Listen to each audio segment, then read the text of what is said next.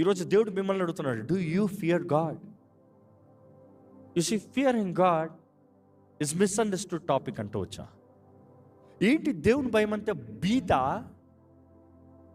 భీతి దేవుని భయమా? ఎందుకంటే భయం అనేటప్పుడు 2 రకాల భయములు ఉంటాయి, జాగ్రత్తగా వినండి. ఒకటి దాస భయం. దాస భయం అని చూసినప్పుడు సర్వెంటల్ ఫియర్. యజమాని వస్తున్నాడు, పని చేయాలి. యజమాని అడుగుతాడు, పని చేయాలి. యజమాని ఉద్యోగం నుండి తీసేస్తాడు, పని చేయాలి. యజమాని తిడతాడు, పని చేయాలి. యజమాని అనుకుంటావు, యజమాని ఏదో ఈయనకి హాని చేస్తాడు అన్న ఉద్దేశంతో భయపడతాడు. ఈరోజు చాలామంది దేవుణ్ణి చూసి కూడా అలాగనే అనుకుంటున్నారు.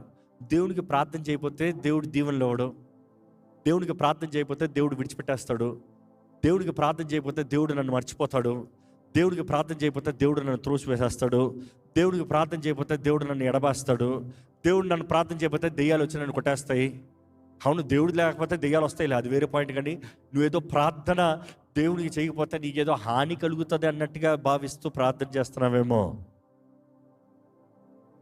ఈరోజు చాలామంది దేవునికి ఇచ్చే విషయంలో, దేవుని దగ్గరికి వచ్చే విషయంలో, దేవునికి ఏదైనా చేసే విషయంలో కేవలం భీతి అంటే నీకు దాసపు ఆత్మ ఉందన్నమాట. దేవుడు మనకి దాసపు ఆత్మను ఇవ్వలేదంట. ఏ ఆత్మనిచ్చాడంట? తెలిసిన వాళ్ళు గట్టిగా చెప్పండి, ఏ ఆత్మనిచ్చాడంట? అందరు చెప్పాలి, ఏ ఆత్మనిచ్చాడంట?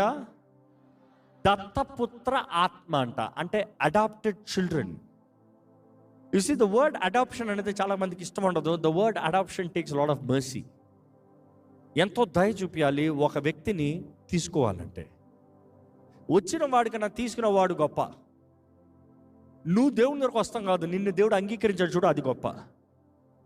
దేవుడు నువ్వు సొంత రక్షణగా అంగీకరిస్తాం గొప్ప కాదు, దేవుడు నిన్ను ఆయన సొత్తుగా చేసుకున్నాడు చూడు, ఆయన రక్తాన్ని ఇచ్చి, అది గొప్ప.